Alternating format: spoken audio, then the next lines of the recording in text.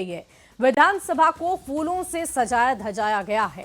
सुरक्षा के पुख्ता इंतजाम किए गए हैं। आज नवनिर्वाचित विधायकों को शपथ दिलवाई जाएगी और कल विधानसभा अध्यक्ष का चुनाव होगा। तो देखिए, आज का दिन काफी खास रहने वाला है उन नवनिर्वाचित विधायकों के लिए जो आज पहली दफा विधानमंडल में प्रवेश करेंगे और वहां जाकर शपथ ग्रहण करेंगे। कार्यवाही शुरू कर दी जाएगी। नई सरकार के गठन के बाद विधानसभा सत्र के लिए बड़ी तैयारियां की गई है। ये बड़ी खबर आपको बता रहे हैं। विधानसभा को फूलों से सजाया गया है। आपको बता दें कि इस बार विधानसभा में डिजिटल सुविधाएं भी दी जा रही है और साथ ही साथ विधानसभा में 2 बड़े बदलाव किए गए हैं। पूरी तरह से विधानसभा को अब पेपरलेस कर दिया गया है, यानी कि डिजिटल होगा सब कुछ। टैबलेट्स लगाए गए हैं विधायकों की सीट पर। आप सोचिए कितनी सुविधा बढ़ा दी गई है। सवाल जवाब सब कुछ करने के लिए समय दिया जाएगा। 1 दिसंबर से 5 दिसंबर तक सत्र चलेगा, जिसमें से पहले 2 दिन नवनिर्वाचित विधायक शपथ ग्रहण करेंगे और 18वीं बिहार विधानसभा का ये पहला सत्र आज यानी पहली तारीख से शुरू होने वाला है। और बीजेपी के प्रदेश अध्यक्ष और उद्योग मंत्री दिलीप जायसवाल ने विधानमंडल सत्र के पहले दिन होने वाली कार्यवाही की पूरी विस्तृत जानकारी दी है। साथ ही उन्होंने सही तरीके से सदन चलने के लिए विपक्ष से भी सहयोग की अपील की है। आज विधानसभा सत्र शुरू हो रहा है और विधायकों को शपथ कराया जाएगा विधानसभा के अंदर। सबसे पहले बिहार सरकार के माननीय मंत्री का शपथ होगा और चूंकि बिहार विधानसभा के अध्यक्ष का भी आज चुनाव होना है, तो मंत्री के बाद जो बिहार विधानसभा के अध्यक्ष के उम्मीदवार होंगे उनका शपथ पहले करा दिया जाएगा, क्योंकि 12 बजे तक ही नॉमिनेशन करने का समय है और उसके बाद फिर सभी माननीय विधायकों का शपथ कराया जाएगा। संख्या बल की अगर हम बात करें तो बीजेपी के सबसे अधिक विधायक जीत कर आए हैं, तो क्या हम मान के चलें कि बीजेपी की तरफ से ही विधानसभा अध्यक्ष होंगे? देखिए, हम लोग तो एक ही बात जानते हैं कि एनडीए के तरफ से उम्मीदवार होंगे और एनडीए के उम्मीदवार जो होंगे वो सभी दल को साथ लेकर के चलेंगे। 1 घंटे के बाद हम स्पष्ट कर देंगे कि उम्मीदवार कौन होने जा रहे हैं। पक्ष को अभी 2 से 3 वर्ष कम से कम एनडीए सरकार के साथ कदम में कदम मिला करके विकसित बिहार के सपना को, अपराध मुक्त बिहार के सपना को, रोजगार युक्त यानी युवाओं को रोजगार मिले, और इसके लिए जो है कदम में कदम मिला करके विपक्ष को चलना चाहिए। क्योंकि जनता देख रही है कि विपक्ष सिर्फ हल्ला हंगामा करने के लिए है या विपक्ष अच्छे काम को के साथ चलने के लिए भी। और देखिए, विधानसभा परिसर से हमारे संवाददाता शैलेंद्र हमारे साथ जुड़े हुए हैं। वहां की सीधी तस्वीरें हम तक पहुंचाएंगे। शैलेंद्र, क्या तस्वीर आप आज विधानसभा के दिखा पाएंगे? लोकतंत्र का मंदिर आज सज धज कर तैयार है और आज शीतकालीन सत्र का पहला दिन है। 18वीं विधानसभा सत्र का पहला दिन है। क्या तस्वीरें? आप बिल्कुल देखिए, बिहार विधानसभा की सीधी तस्वीर हम दिखाएंगे। 18वीं विधानसभा की आज से सत्र की शुरुआत हो रही है और उसके पहले यहाँ पर जो हलचल है, सुरक्षा व्यवस्था है और सबसे बड़ी बात है कि विधायक जो है वो अब यहाँ पर एक एक करके उनके पहुंचने का सिलसिला शुरू हो चुका है। कई विधायक यहाँ पर पहुंच भी चुके हैं और खास तौर पर आज का दिन बेहद खास है क्योंकि विधायकों का शपथ ग्रहण होगा। तमाम जो विधायक जो बिहार विधानसभा में इस बार चुन करके आए हैं वो शपथ लेंगे और साथ ही साथ विधानसभा अध्यक्ष का इसके बाद चुनाव भी होना है। प्रोटेम स्पीकर नरेंद्र नारायण यादव को बनाया गया है, वो भी थोड़ी देर में यहाँ पर पहुंचेंगे। और देखिए, हम एक तस्वीर दिखाएंगे। मिथिला से विधायक है, चुन करके आए हैं। जो वेशभूषा है वो मिथिला के वेशभूषा में यहाँ पर पहुंचे हैं। पाग है, धोती कुर्ता में यहाँ पर पहुंचे हैं। एक मैसेज देने की आप लोगों की कोशिश होगी कि मिथिला की तस्वीर विधानसभा में दिखा। हम लोग मिथिला के रहने वाले हैं और मिथिला ने बराबर नीतीश कुमार जी के नेतृत्व में अपनी आस्था व्यक्त की है, इसलिए हम लोग अपने ड्रेस के हिसाब से आए हैं। मैसेज देने की भी कोशिश कर रहे हैं। जो मिथिलांचल का जो वेशभूषा होता है उस वेशभूषा में आप यहाँ पहुंचे हैं। जी जी जी जी, मिथिला का जो संस्कृति है वो बहुत ही रिच है और उसी को हम लोग लागू करते हैं। तो बिल्कुल देखिए, जो विधायक जो चुनाव नवनिर्वाचित विधायक हैं वो चुनाव जीत करके आए हैं, उनके लिए उनके बेहद खास दिन भी है, क्योंकि आज सत्र की शुरुआत आज से हो रही है और आज शैलेंद्र, वो अगर शपथ संभव मिलेंगे हो तो अलग पाए अलग तो जरा तरीके से विधान विधायकों सभा परिषद की, विधानमंडल परिषद की हम तस्वीरें देखना चाहेंगे। बहुत खूबसूरत ढंग से सजाया संवारा गया है, इसकी जानकारी आपने दी थी। तो जरा अपने कैमरा पर्सन को बोलिए कि इस लोकतंत्र के मंदिर की तस्वीर दिखाएं कि क्या कुछ वहां पर बड़ी तैयारी की गई है। आज बहुत ही खास दिन है। आप बिल्कुल देखिए, जो तस्वीर है साफ है। यहाँ बिहार विधानसभा ये परिसर है जहाँ पर खास तौर पर आज का दिन बेहद खास है, क्योंकि आज 18वीं विधानसभा जो सत्र है उस सत्र की आज से यहाँ पर शुरुआत हो रही है और जो भी नवनिर्वाचित विधायक आए हैं शपथ लेंगे और आज से ये इस पूरे 18वीं विधानसभा सत्र में उनकी मौजूदगी होगी।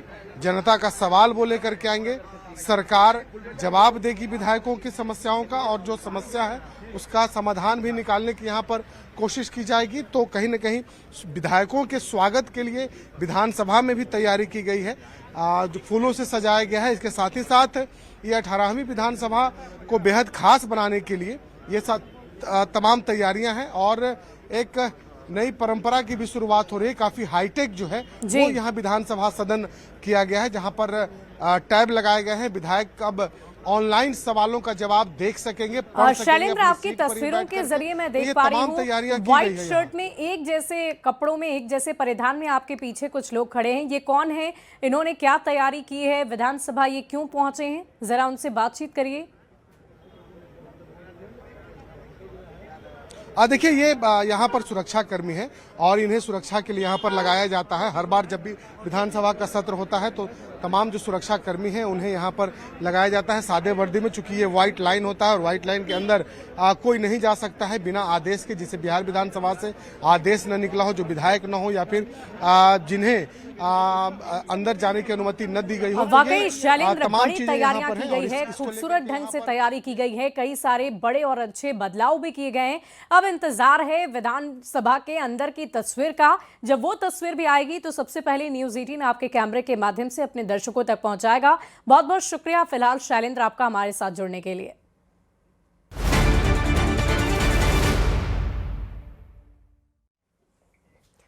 और देखिए, संसद का शीतकालीन सत्र आज से शुरू होने जा रहा है और पहले ही दिन से सत्ता पक्ष और विपक्ष के बीच टकराव तय माना जा रहा है। सत्र शुरू होने से पहले हुई सर्वदलीय बैठक में सरकार ने सभी दलों के सहयोग की उम्मीद जताई है। हालांकि विपक्ष एसआईआर और बीएलओ की आत्महत्याओं के साथ दिल्ली में बढ़ते प्रदूषण और दिल्ली में बम ब्लास्ट को लेकर सरकार को घेरने की तैयारी कर ली है।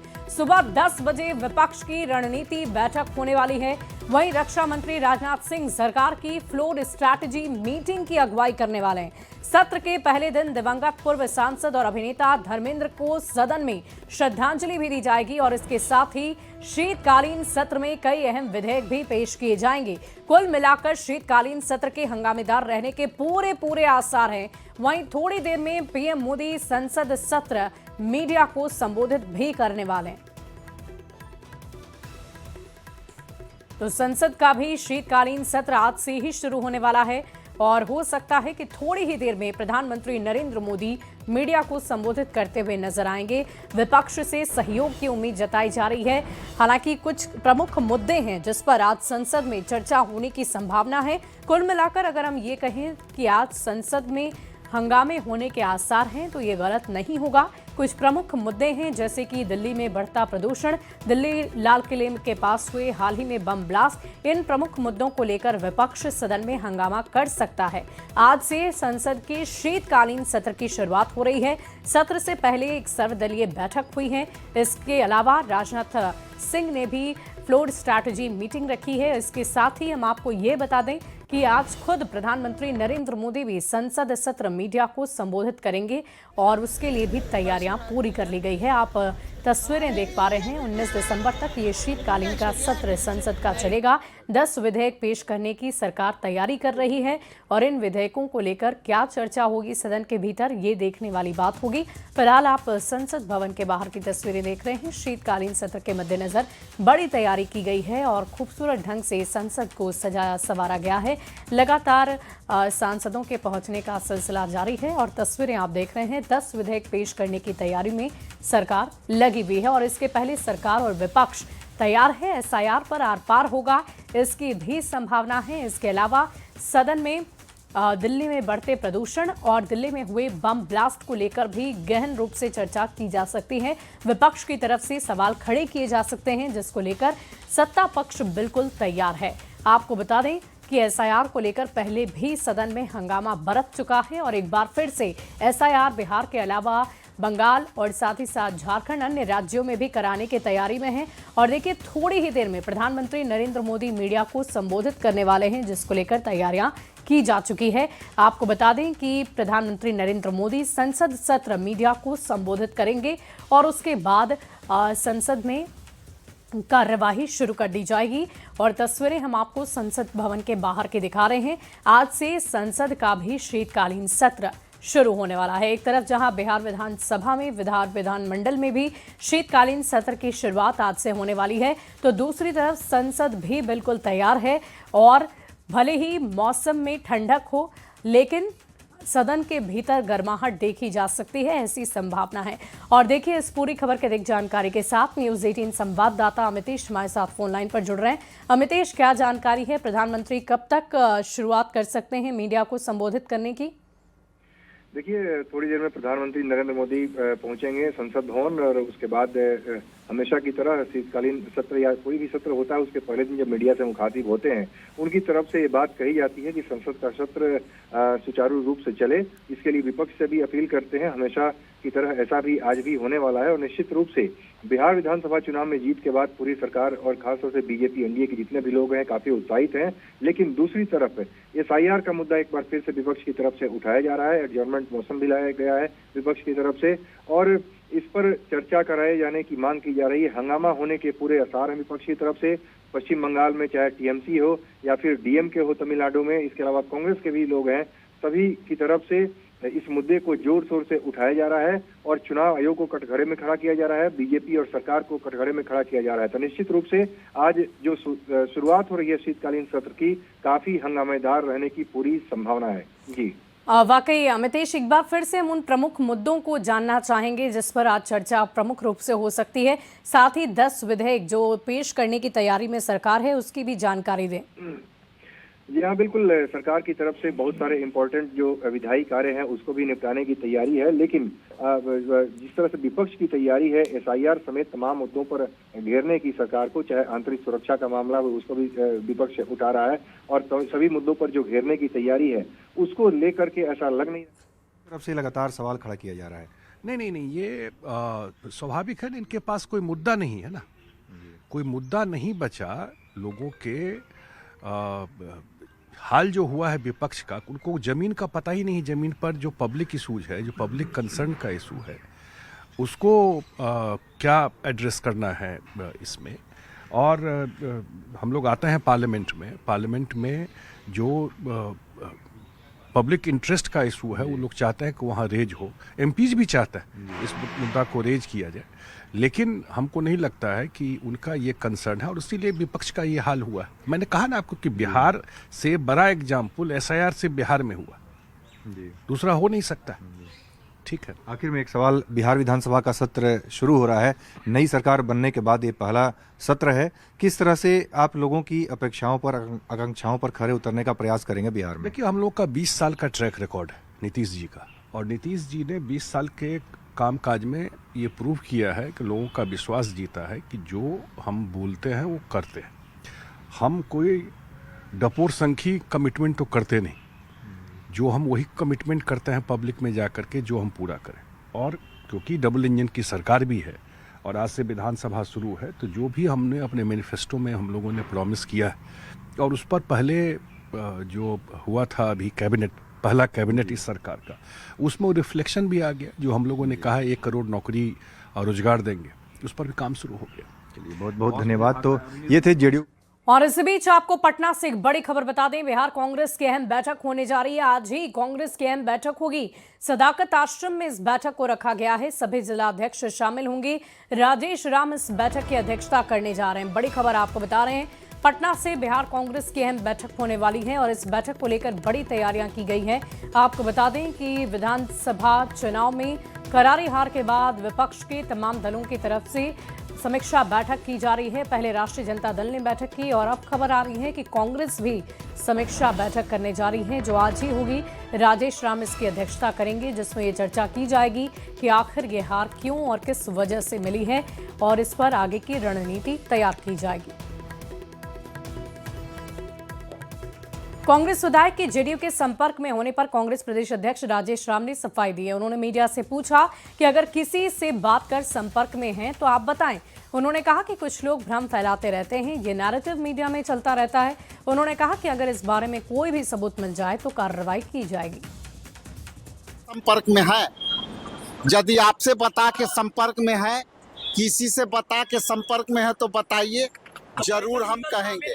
ये आप स्पष्ट हो लीजिए कि लगातार 2020 से, जिसमें हम लोग खुद जो है CLPO हमारे जो है खुद मैं MLA था, और ये नैरेटिव मीडिया में चलते रहे, कुछ लोग भ्रम फैलाते रहे। आप देखे होंगे कि हमारे बारे में भी किसी तरह से भ्रम फैलाया गया। बढ़ते आगे, केंद्रीय मंत्री चिराग पासवान ने कांग्रेस के 4 विधायक के महागठबंधन की बैठक में नहीं पहुंचने पर अपनी प्रतिक्रिया दी है।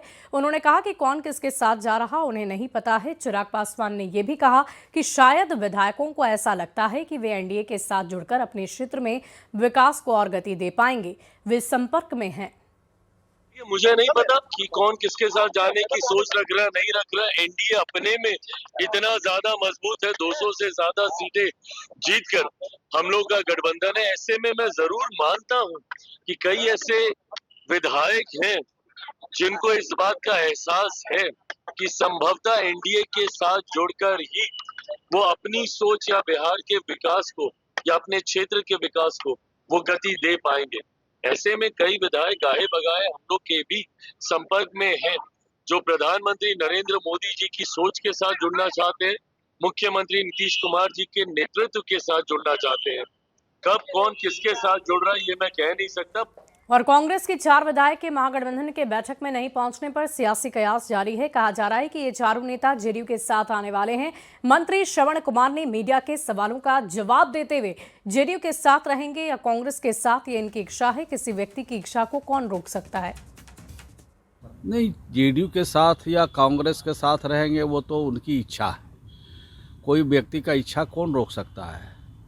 इतनी बात जरूर कह सकते हैं कि नीतीश कुमार जी अच्छा काम कर रहे हैं राज्य के लिए, और ऐसे हालात में अगर कोई विधायक समर्थन देना चाहता है, कोई विधायक इस काम को अच्छा समझता है, कोई विधायक चाहता है और राज्य की तरक्की में अपना योगदान चाहता है और नीतीश कुमार जी को समझता है कि हमारे परिवार के लोग हैं, तो इसमें क्या बुराई है?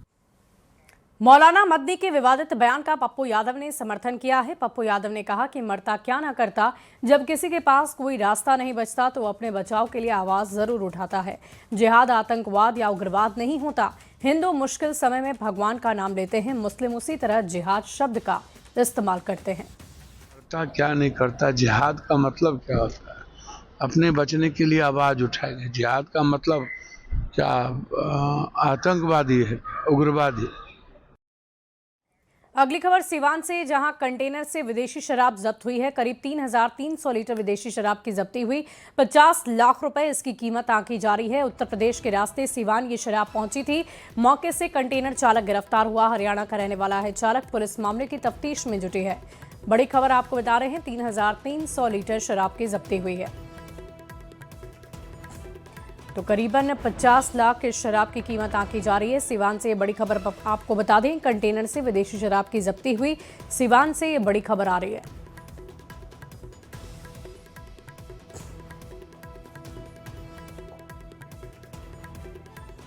अगली खबर पटना से, जहां जंक्शन के आसपास सड़कों पर आज से सार्वजनिक और व्यावसायिक वाहनों के प्रवेश पर रोक लगा दी गई है। सार्वजनिक और व्यावसायिक वाहन आज से चिरैया टाड़ फ्लाईओवर से Patna junction flyover, GPO flyover होते हुए विधानसभा के पास उतरेगी। ट्रैफिक व्यवस्था में यह बदलाव पैदल यात्रियों की सुविधा को देखते हुए लिया गया है। पटना जंक्शन की परिधि यानी आसपास की जितनी भी सड़कें हैं, वहां आज से सार्वजनिक और व्यावसायिक वाहनों पर प्रतिबंध लगा दिया गया है। यानी जाम की समस्या से निपटने के लिए आज से पटना जंक्शन के आसपास की सड़कों पर सार्वजनिक और व्यावसायिक वाहन नहीं चलेंगे। आपको बता दें कि नगर आयुक्त, एसएसपी और ट्रैफिक एसपी ने इलाके का जायजा लिया और इसके बाद निर्णय लिया है। पटना जंक्शन गोलंबर से जीपीओ गोलंबर के नीचे तक नो पार्किंग रहेगी। एग्जीबिशन रोड की दोनों लेन पर ऑटो या ई रिक्शा का परिचालन नहीं होगा। नई व्यवस्था से पटना जंक्शन के पास तो जाम से राहत मिलेगी, लेकिन जीपीओ फ्लाईओवर जो यहाँ आप देख रहे हैं, जीपीओ फ्लाईओवर, इस पर जाम की समस्या जरूर शुरू हो जाएगी, क्योंकि आए दिन जीपीओ गोलंबर पर लोग जाम से परेशान रहते हैं। पहले से ही फ्लाईओवर पर जाम लगता रहा है। अब स्टेशन की ओर से जाने वाली गाड़ियां इसी फ्लाईओवर पर चढ़ेगी, जिससे जाम की समस्या और बढ़ेगी। आपको बता दें कि चिरैयाटाल पुल से उतरकर जंक्शन वाले फ्लाईओवर से जीपीओ गोलंबर फ्लाईओवर के ऊपर पहुंचेगी। यहां से आर ब्लॉक फ्लाईओवर के ऊपर पहुंचेंगे। यहां से बीरचंद पटेल पथ या विधानसभा के पास उतरकर नीचे मल्टी लेवल पार्किंग हब तक पहुंचेंगे। यहां से सबवे होते हुए पटना जंक्शन जाएंगे। यानी जो ये फ्लाईओवर है, ये और जाम से लोगों को परेशान करेगा। ये पहली व्यवस्था है। अगर दूसरी व्यवस्था की हम बात करें तो पटना जंक्शन से यात्री अंडरग्राउंड सबवे होते हुए मल्टी मॉडल हब में पहुंचेंगे। इससे पाया नंबर 4 के सामने जीपीओ गोलंबर के नीचे निकलेंगे। यहाँ से ऑटो या बस पकड़ेंगे और वहां से बस और ऑटो जीपीओ गोलंबर के नीचे आर ब्लॉक तक पहुंचेंगे। कैमरामैन अजय दुबे के साथ विनीता मिश्रा, न्यूज 18 पटना। तो प्रधानमंत्री नरेंद्र मोदी की तस्वीरें हम आपको दिखा रहे हैं। देखिए, पीएम मोदी पहुंच चुके हैं और कुछ ही देर में मीडिया को संबोधित करते नजर आएंगे। और ये तस्वीरें आपको संसद के बाहर के दिखा रहे हैं। संसद का शीतकालीन सत्र शुरू होने से पहले प्रधानमंत्री मोदी संबोधित करेंगे, मीडिया कर्मियों को संबोधित करेंगे। और ऐसा हर दफ़ा देखा गया है कि जब भी संसद की किसी भी सत्र की शुरुआत होती है, प्रधानमंत्री मीडिया कर्मियों को संबोधित करते हैं और उसके बाद सत्र की शुरुआत कर दी जाती है। पीएम मोदी की ये तस्वीरें हम आपको दिखा रहे हैं। शीतकालीन सत्र की ये तस्वीर है और देखिए, सभी का अभिवादन स्वीकार करते हुए प्रधानमंत्री अब से कुछ ही देर में मीडिया कर्मियों को संबोधित करेंगे और पक्ष और विपक्ष दोनों के लिए अपनी बात रखेंगे। आपको बता दें कि सदन के हंगामेदार होने के आसार हैं और इसी के मद्देनज़र प्रधानमंत्री नरेंद्र मोदी सदन की कार्यवाही बेहतर ढंग से चले, ऐसी अपील सांसदों से उनके लिए की जाएगी। और ये तस्वीरें संसद भवन की हम आपको दिखा रहे हैं, जहां खूबसूरत ढंग से शीतकालीन सत्र से पहले सजाया संवारा गया है भारतीय संसद की। नमस्कार साथियों,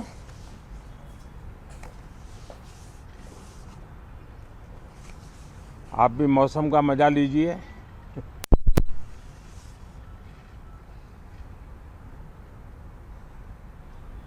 साथियों, ये शीतकालीन सत्र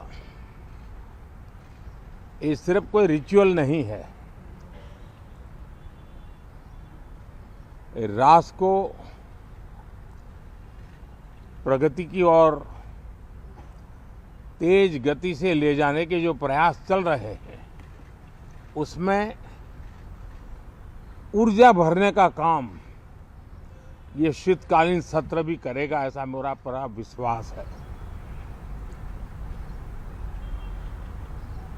भारत ने लोकतंत्र को जिया है, लोकतंत्र के उमंग और उत्साह को समय समय पर ऐसे प्रकट किया है कि लोकतंत्र के प्रति विश्वास और मजबूत होता रहता है। गत दिनों बिहार में जो चुनाव हुए, उसमें भी मतदान के जो विक्रम हुआ है, वो लोकतंत्र की सबसे बड़ी ताकत है। माताओं बहनों की जो भागीदारी बढ़ रही है, ये अपने आप में एक नई आशा, नया विश्वास पैदा करती है।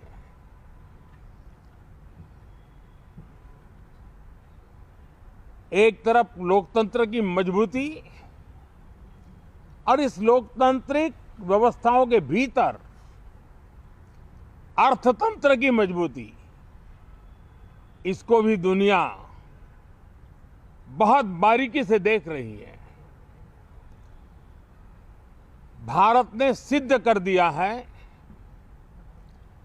Democracy can deliver. जिस गति से आज भारत की आर्थिक स्थिति नई ऊंचाइयों को प्राप्त कर रही है, विकसित भारत के लक्ष्य की ओर जाने में ये हमें नया विश्वास तो जगाती है, नई ताकत भी देती है। साथियों, ये सत्र संसद देश के लिए क्या सोच रही है, संसद देश के लिए क्या करना चाहती है, संसद देश के लिए क्या करने वाली है, इन मुद्दों पर केंद्रित होनी चाहिए। विपक्ष भी अपना दायित्व निभाएं, चर्चा में ऐसे मुद्दे उठाएं, मजबूत मुद्दे उठाएं, पराजय के निराशा में से बाहर निकल करके आए। और दुर्भाग्य है कि एक आध दो दल तो ऐसे हैं कि वो पराजय भी नहीं पचा पाते। और मैं सोच रहा था बिहार के नतीजे इतना समय हो गया है तो अब थोड़ा संभल गए होंगे, लेकिन कल जो मैं बयानबाजी सुन रहा हूं उनकी, तो उसे लगता है कि पराजय ने उनको परेशान करके रखा है। लेकिन मेरा सभी दलों से आग्रह है कि शीतकालीन सत्र में की बौखलाहट का वो मैदान नहीं बनना चाहिए और ये शीतकालीन सत्र विजय के अहंकार में भी परिवर्तित नहीं होना चाहिए। बहुत ही संतुलित तरीके से जिम्मेवारी के साथ जनप्रतिनिधि के रूप में देश की जनता का हमसे जो हमें दायित्व दिया है और हमसे जो अपेक्षाएं हैं उसको संभालते हुए हम आगे के लिए सोचें, जो है उसको कैसे अच्छा कर सकें। अगर बुरा होता है तो उसमें सटीक टिप्पणी कैसे कर सके ताकि देश के नागरिकों का भी ज्ञानवर्धन हो। ये मेहनत का काम जरूर है, लेकिन देश के लिए करना चाहिए। और मैं आशा करता हूं, मेरी एक सबसे बड़ी चिंता रही है पिछले कई लंबे समय से, सदन में जो पहली बार चुन करके आए हैं या जो छोटी आयु के हैं, वैसे सभी दलों के सभी सांसद बहुत परेशान हैं, बहुत दुखी हैं। उन्हें अपने सामर्थ्य का परिचय कराने का अवसर नहीं मिल रहा है, अपने क्षेत्र की समस्याओं की बात बताने का अवसर नहीं दिया जा रहा है। राष्ट्र के विकास की यात्रा में भागीदार बनने के लिए वो अपनी कुछ बात बताना चाहते हैं, उस पर भी रोक लगा दी जा रही है। कोई भी दल हो, हमें किसी को भी हमारी ये नई पीढ़ी के आ रहे नौजवान सांसद, पहली बार आए हुए सांसद, उनको अवसर देना चाहिए।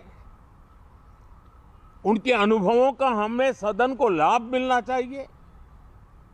इस नई पीढ़ी के अनुभव सदन के माध्यम से राष्ट्र को भी लाभान्वित करेंगे। और इसलिए मेरा आग्रह रहेगा कि हम इन चीजों को गंभीरता से लें। ड्रामा करने के लिए जगह बहुत होती है, जिसको करना है करते रहें। यहां ड्रामा नहीं, डिलीवरी होनी चाहिए। नारे के लिए भी जितने नारे बुलवाने हैं, वो पूरा देश खाली पड़ा है। जहां पराजित होकर के आए वहां बोल चुके हो, जहां अभी पराजय के लिए जाने वाले हो वहां भी बोल दीजिए। लेकिन यहां तो नारे नहीं, नीति पर बल देना चाहिए और वो आपकी नीयत होनी चाहिए। साथियों, हो सकता है राजनीति में नेगेटिविटी कुछ काम आती होगी, लेकिन अल्टीमेटली नेशन बिल्डिंग के लिए कुछ सकारात्मक सोच भी होनी चाहिए। नेगेटिविटी को जरा अपनी मर्यादाओं में रख करके नेशन रहेगी। एक और कारण से भी महत्वपूर्ण है, नेगेटिविटी को जरा अपनी मर्यादाओं में रख करके नेशन बिल्डिंग की तरफ ध्यान दे, ये मेरी अपेक्षा रहेगी। साथियों, ये शीतकालीन सत्र एक और कारण से भी महत्वपूर्ण है। हमारे नए माननीय सभापति जी आज से हमारे उच्च सदन का मार्गदर्शन उनका शुरू हो रहा है। मैं उनको शुभकामनाएं देता हूं। साथियों, जीएसटी रिफॉर्म्स एक नेक्स्ट जनरेशन रिफॉर्म्स के लिए देशवासियों के मन में एक श्रद्धा का वातावरण पैदा किया है। इस सत्र में भी उस दिशा में बहुत सारे काम होने वाले हैं।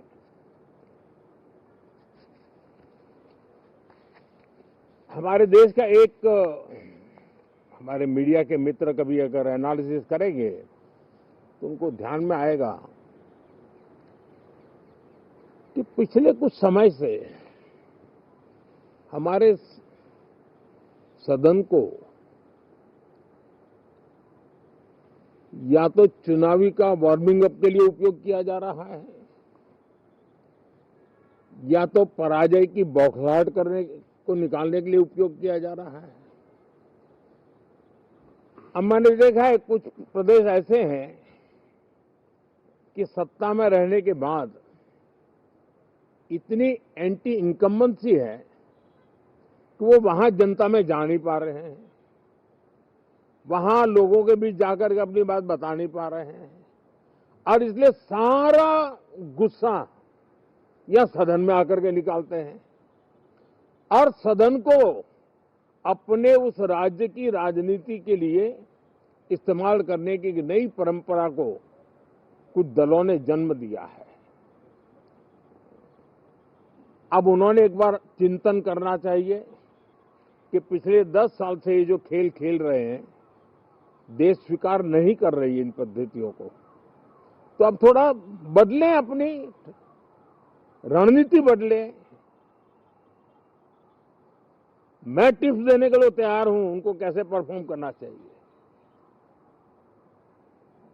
लेकिन कम से कम